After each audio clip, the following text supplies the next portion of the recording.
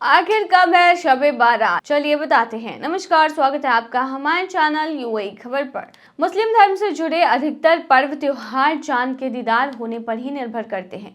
इसी तरह शब-ए बारात का त्योहार कब मनाया जाएगा, यह भी शाबान यानी इस्लामिक कैलेंडर का 8वां महीना के चांद के दीदार के बाद ही तय होता है। इस्लामिक कैलेंडर के मुताबिक शब-ए बारात हर हाल इस्लामी तिथि शाबान 15 के मध्य में होती है। इस्लाम धर्म से जुड़े सभी पर्व त्योहारों का अपना विशेष महत्व होता है। शब-ए बारात को भी पवित्र इस्लामिक त्योहारों में से एक माना जाता है। इसीलिए इस पर्व को लेकर मुसलमानों की खास तैयारियां रहती हैं और सभी बेसब्री से शाबान के चांद का इंतजार करते हैं, जिससे कि शब-ए बारात की तारीख तय हो सके। बता दें आपको कि शाबान का चांद नजर आ गया है। शब-ए बारात की तारीख बता दें कि शाबान का चांद नजर आ चुका है और इस्लामी कैलेंडर के अनुसार गुरुवार 13 फरवरी 2025 को शब-ए बारात मनाई जाएगी। विभिन्न धार्मिक संगठनों ने घोषणा की है कि 29 रजब की समाप्ति के बाद 30 जनवरी 2025 को शाबान का चांद देखा गया। हालांकि पाकिस्तान के कुछ इलाके जैसे राजनपुर, भूजपाल और गुजरात में चांद नजर नहीं आया, लेकिन अन्य क्षेत्रों में इसे आमतौर पर देखा गया है। 29 रजब की चांद देखने की पुष्टि के बाद 31 जनवरी को शाबान की पहली तारीख घोषित कर दी गई है। इस आधार पर शब-ए बारात जो है वो 13 फरवरी को होगी और इसी दिन शाम को विशेष इबादतें की जाएंगी। शब-ए बारात को क्या करते हैं मुस्लिम, तो बता दें कि शब-ए बारात की रात मुसलमानों के लिए बहुत पवित्र माना जाता है। इसमें वे रात भर जागकर नमाज अदा करते हैं, कुरान पढ़ते हैं और अल्लाह की इबादत करते हैं। साथ ही लोग अपने गुनाहों की माफ़ी भी मांगते हैं। इस्लामिक धार्मिक मान्यता के अनुसार इस रात की गई इबादत से अल्लाह आपकी मुरादें ज़रूर पूरी करते हैं। वहीं बता दें इसके बाद ही रमजान होगा। रमजान का आरंभ भी चांद देखने पर ही डिपेंड करता है। अगर खगोलीय अनुमानों की माने तो इस बार रमजान जो है 2025 में 1 मार्च से शुरू होने की संभावना है। वहीं ईद उल फित्र की बात करें तो रमजान के अंत में ईद उल फित्र मनाई जाती है और इसकी तिथि भी चांद देखने पर ही डिपेंड करता है। यदि रमजान 29 दिनों का होता है तो ईद उल फित्र 30 मार्च 2025 को होगी। यदि रमजान 30 दिनों का होता है तो ईद 31 मार्च 2025 को मनाई जाएगी। बुर्ज खलीफा के 10 चौंकाने वाले फैक्ट चलिए बताते हैं। दुबई संयुक्त अरब अमीरात का एक प्रमुख शहर है जो अपनी शानदार वास्तुकला, लग्जरी लाइफस्टाइल और विश्व स्तरीय शॉपिंग और पर्यटन के लिए प्रसिद्ध है। ये शहर आधुनिकता और पारंपरिक अरब संस्कृति का एक अद्भुत मिश्रण प्रस्तुत करता है। दुबई की सबसे बड़ी पहचान इसकी गगनचुंबी इमारतों जैसे कि बुर्ज खलीफा और विशाल शॉपिंग मॉल्स जैसे दुबई मॉल से है, लेकिन यहाँ की समृद्ध संस्कृति, इतिहास और पारंपरिक बाजार भी इसे एक अनूठा अनुभव प्रदान करते हैं। इसके अलावा दुबई एक प्रमुख व्यापारिक और पर्यटन केंद्र के रूप में उभरकर सामने आया है, जहां हर साल लाखों लोग यात्रा करते हैं। यहाँ का भव्य वास्तुशिल्प, समुद्र तटों की खूबसूरती और शानदार शॉपिंग एक्सपीरियंस इसे एक सपने जैसा स्थल बना देते हैं। तो चलिए इसके बारे में रोचक फैक्ट्स आपको बताते हैं जो शायद ही किसी को पता होंगे। ये अपनी ऊंचाई बदल सकता है। बिल्कुल सही सुना आपने। बुर्ज खलीफा लगभग 15 सेंटीमीटर यानी 6 इंच तक फैलता और सिकुड़ता रहता है, क्योंकि तापमान बढ़ने से धातु का विस्तार होता है और वापस वो अपने रूप पर पहुंच जाता है।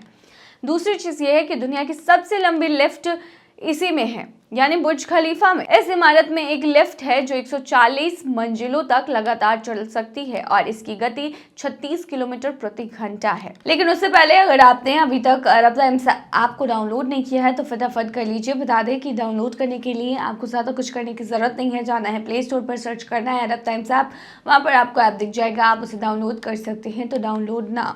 तीसरी चीज है स्पायर, ऊपरी नुकीली भाग, एक गुप्त योजना थी। बुर्ज खलीफा का स्पायर जो ऊपर का टावर आपको दिखता है, शुरू में छिपा कर रखा गया था ताकि कोई और इससे ऊंची इमारत ना बना सके। बिना स्पायर के इसकी ऊंचाई 244 मीटर यानी 800 फीट कम हो जाती है। दुनिया का सबसे ऊंचा नाइट क्लब और रेस्टोरेंट आपको मिलेगा बुर्ज खलीफा पे। दुनिया का सबसे ऊंचा नाइट क्लब 144वीं मंजिल पर स्थित है। दुनिया का सबसे ऊंचा रेस्टोरेंट आपको मिलेगा बुर्ज खलीफा पे। एटमॉस्फेयर 122वीं मंजिल पर आपको देखने को मिलता है। 5वां फैक्ट ये है कि इसमें इस्तेमाल हुआ सीमेंट 1 लाख हाथियों के बराबर है। बुर्ज खलीफा को बनाने में 3,30,000 घन मीटर कंक्रीट का इस्तेमाल हुआ, जिसका वजन 1 लाख हाथियों के बराबर है। एक ही दिन में 2 बार सूर्यास्त देख सकते हैं। अगर आप बुर्ज खलीफा के ग्राउंड फ्लोर से सूर्यास्त देखेंगे और फिर ऊपर लिफ्ट पर 148वीं मंजिल पर जाएंगे तो आप दोबारा सूर्यास्त देख सकते हैं। 7वां फैक्ट ये है कि इसकी अपनी खास खुशबू है। बुर्ज खलीफा में एक विशेष सुगंध यानी फ्रेग्रेंस फैलाई जाती है, जिससे यह और भी शाही और लग्जरी महसूस करा सके। 8वां फैक्ट ये है कि ये रोज 10 लाख लीटर पानी का इस्तेमाल करता है। बुर्ज खलीफा में रोजाना 10 लाख लीटर पानी का यूज होता है, जो ठंडा करने, सफाई और सिंचाई के लिए जरूरी है। 9वीं चीज ये है कि इसकी खिड़कियां साफ करने में 4 महीने लगते हैं। बुर्ज खलीफा के 26,000 कांच की खिड़कियां हैं और इन्हें साफ करने के लिए 36 सफाई कर्मियों की टीम को 3 से 4 महीने लगते हैं। सफाई खत्म होते ही फिर से सफाई शुरू करनी पड़ती है। 10.95 किलोमीटर दूर से भी नजर आता है। अगर मौसम साफ हो तो बुर्ज खलीफा को 95 किलोमीटर दूर से भी देखा जा सकता है। क्या है शारजाह का रेन रूम, कितना है एंट्री फी? दुबई में रेन रूम एक अनोखा और अत्याधुनिक कला स्थापना है जो विजिटर्स को बिना भीगे बारिश के बीच चलने का अद्भुत एक्सपीरियंस प्रदान करता है। ये स्थापना शारजाह आर्ट फाउंडेशन द्वारा समर्थित है और इसमें उच्च स्तरीय तकनीक का उपयोग किया गया है, जिसमें ट्रिगर सेंसर किसी भी हलचल का पता लगाने पर पानी को आप पर गिरने से रोकता है। इस प्रकार आप मूसलाधार बारिश में चल सकते हैं लेकिन भीगेंगे नहीं। टाइमिंग की बात करें तो बता दें, शनिवार से गुरुवार सुबह 9 बजे से रात 9 बजे तक आप इसमें एंट्री कर सकते हैं। शुक्रवार शाम 4 बजे से रात 10 बजे तक ये खुला होता है। अगर एंट्री फ़ी की बात करें तो जो भी बड़े लोग हैं यानी अडल्ट्स हैं उन्हें 25 दिरहम देना पड़ेगा। जो बच्चे हैं 5 साल के से या फिर उससे छोटे वो बिल्कुल फ्री एंट्री ले सकते हैं। 5 साल के कम उम्र के बच्चों को फ्री में एंट्री दिया जाता है। छात्र जो हैं जो 22 साल तक हैं और वैलिड पहचान पत्र है उनके पास, उन्हें 15 दिरहम ही देना होगा। जबकि टीचर कोई हैं और उनके पास वैलिड पहचान पत्र है तो वो भी 15 दिरहम में ही जा सकते हैं।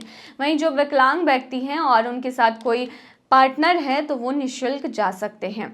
टिकट बुकिंग की बात करें कि कहां से कर सकते हैं तो बता दें कि भीड़ से बचने के लिए विशेषकर वीकेंड में आप शारजाह आर्ट फाउंडेशन की आधिकारिक वेबसाइट के माध्यम से ऑनलाइन टिकट बुक कर सकते हैं। बुकिंग के दौरान आप दिन के विभिन्न समय स्लॉट में चुन सकते हैं। प्रत्येक स्लॉट 10 से 15 मिनट का होता है और एक बार में 7 लोगों को प्रवेश की अनुमति होती है। चलिए बता दें कि क्या चीजें आपको दिमाग में रखनी है जब आप शारजाह रेन रूम में जाए। तो सबसे पहले आपको ये दिमाग में रखना है कि जब आप वहां पर जा रहे हो तो कृपया 10 मिनट पहले ही निकले ताकि आप समय पर पहुंचे, क्योंकि वहां पर भीड़ देखने को आपको मिल सकती है। स्थल के अंदर भोजन या कोई भी ड्रिंकिंग पदार्थ की अनुमति बिल्कुल भी नहीं है, तो ऐसा बिल्कुल ना करें। नुकीली ऊंची एड़ी वाले जूते से परहेज ही करें। कंफर्टेबल नहीं रहिएगा आप यहाँ पर। बच्चों को माता पिता या अभिभावक की देख रेख में ही होना चाहिए, अकेले नहीं होना चाहिए। छतरियों या किसी भी प्रकार के रेन गियर के उपयोग की अनुमति नहीं मिलेगी आपको यहाँ पर।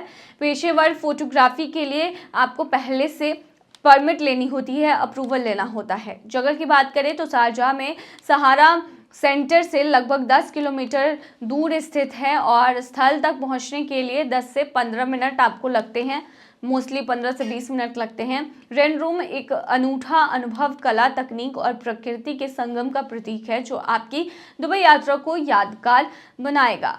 तो देखिए, अगर आप यूएई जा रहे हैं तो आप रेन रूम ज़रूर विजिट कर सकते हैं। 25 दिरहम एंट्री लगेगी आपको। बता दें कि इसमें एक रूम है जिसमें बारिश हो रही होती है, लेकिन हैरानी की बात ये होगी कि जब आप उसमें एंटर करेंगे तो आप भीगेंगे नहीं, जो कि लोगों को काफ़ी ज़्यादा रोमांचक लगती है। इसीलिए लोग यहाँ पर ये एक्सपीरियंस करने जाते हैं। तो ये थी तमाम जानकारी। बने रही ऐसी तमाम खबरों के लिए यूएई खबर पर।